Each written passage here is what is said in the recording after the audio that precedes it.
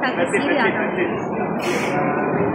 Untuk tahun 2020 kan dah berapa kali ya? Ini adalah acara tahunan yang kita buat setiap tahun. Memang setiap tahun dalam bulan Oktober kita akan buat kumpulan. Jadi untuk ni tahun yang ke-13 dan kita tahun betul-betul kita buat di Dewan di bawah MBSA.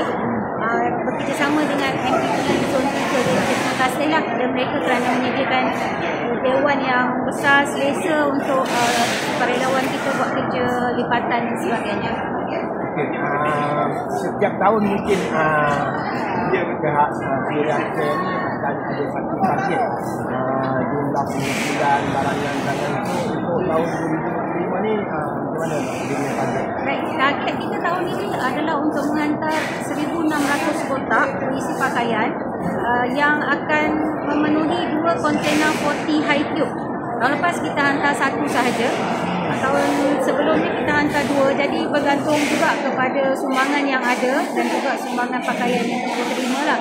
Di tahun ini kita target 2 kontainer.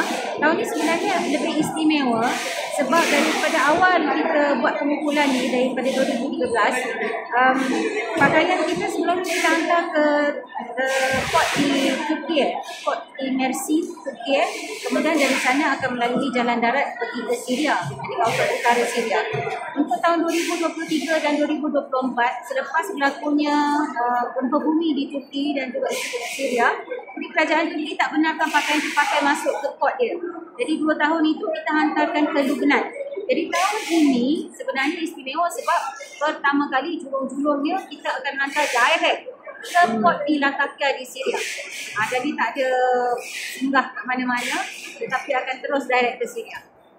So, jangka masa penghantaran ni mungkin dia akan masa-masa dan mungkin ada juga halangan-halangan ke ataupun dia beri tiket. Untuk tahun ini, dijangkakan pelayaran akan mengambil masa 50 hari untuk sampai ke port di Latakia. Bila dah sampai sana, ia akan dibawa ke gudang dan akan dibawa ke kawasan-kawasan untuk kita habiskan pakaian-pakaian. Dalam 50 hari nak. So, ada cabaran atau halangan-halangan yang bakal cabaran setakat ini yang paling utamanya adalah dana lah. Sebab untuk menghantar kontainer ini mungkin antara ada yang sedar ataupun tidak, kita memerlukan dana yang besar. Satu, kos kontainer, kos untuk urusan di pelabuhan di sini dan juga di Syria, dan juga kos melibatkan kotak-kotak dan sebagainya lah. Jadi kita memerlukan 150,000 untuk kita hantar 2 kontainer ini. Sampai kita cabarannya kerana isu Syria ini bila masa pun dia agak suram. Kalau dulu, cara dulu, sekarang mungkin dengan situasi yang berlaku di Palestin dan di Gaza secara khususnya, dia bertambah suram. Namun kami terus juga melaksanakan kerja-kerja ini sebab keyakinan kami sebenarnya Palestin, Syria, Lubnan semuanya adalah sebidang tanah asalnya yang telah dibahagi-bahagikan oleh pihak penjajah. Jadi dah ada Palestin, dah ada Syria, dah ada Lubnan, seolah-olah macam kita buat di Syria ni bukan sesuatu yang mulia, sedangkan mereka semuanya adalah sebidang tanah bumi Syam. Jadi buat di Syria ke, buat di Palestin ke, mereka ni adalah bumi Syam.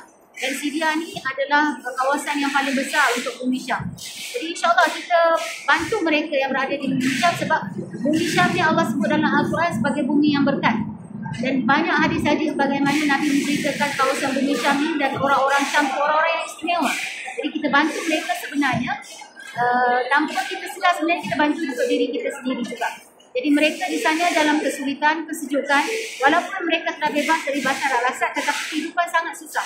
Nak pulih balik over 50 tahun punya tekanan yang mereka lalui bukan satu perkara yang mudah.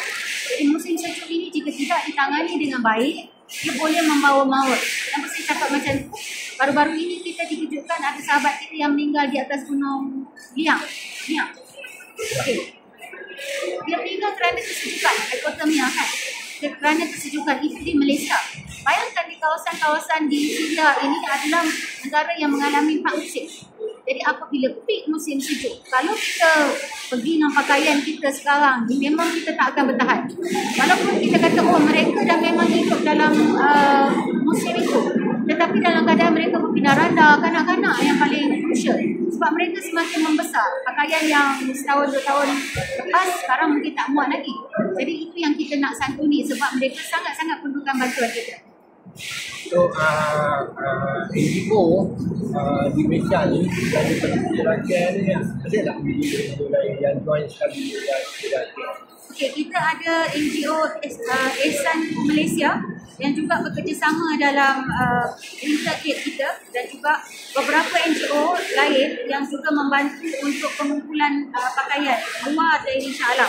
Untuk kita ada Alfred yang kumpulkan pakaian di Pulau Pinang, kita ada Ikram di Kuantan dan ada MRA di beberapa negeri seperti Kedah dan beberapa negeri lain yang sama-sama membantu untuk menggerakkan bantuan pengumpulan pakaian. Tadi saya sebut di Kota Baru juga ada. Mereka kumpul di tempat mereka dahulu, kemudian dihantar ke sini. Jadi macam semalam kita dah terima pakaian dari Kuantan, hari ini kita terima dari Pulau Pinang, di mana mereka bekerjasama sama ada dengan menyediakan hub ataupun ada yang bekerjasama dari segi keuangan juga bagi menjayakan Winter Aid kita di Syria. So, untuk yang kali ni, bila mula gerak Pengantaran. Baik, kita buka dari 22 hari bulan Oktober sehingga 26 Oktober dan akan bergerak ke Pelabuhan Kelang pada 27 hari bulan Oktober, hari Senin minggu depan. Kemudian dari Pelabuhan Kelang itu akan terus bergerak lah sehari 2 hari selepas sampai ke port dan mereka akan terus bergerak ke Latakia, Syria. Jadi kita sama-sama doakan sebab macam saya sebut tadi, ini adalah kali pertama kita hantarkan directly ke Syria dan kita harapkan tak adalah sebarang permasalahan yang timbul, tetapi kita kena bersedia lah. Expect the unexpected, harap-harap unexpected itu bukanlah sesuatu yang begitu besar masalah untuk kita hadapi. Balik tahun lepas ke tahun ini.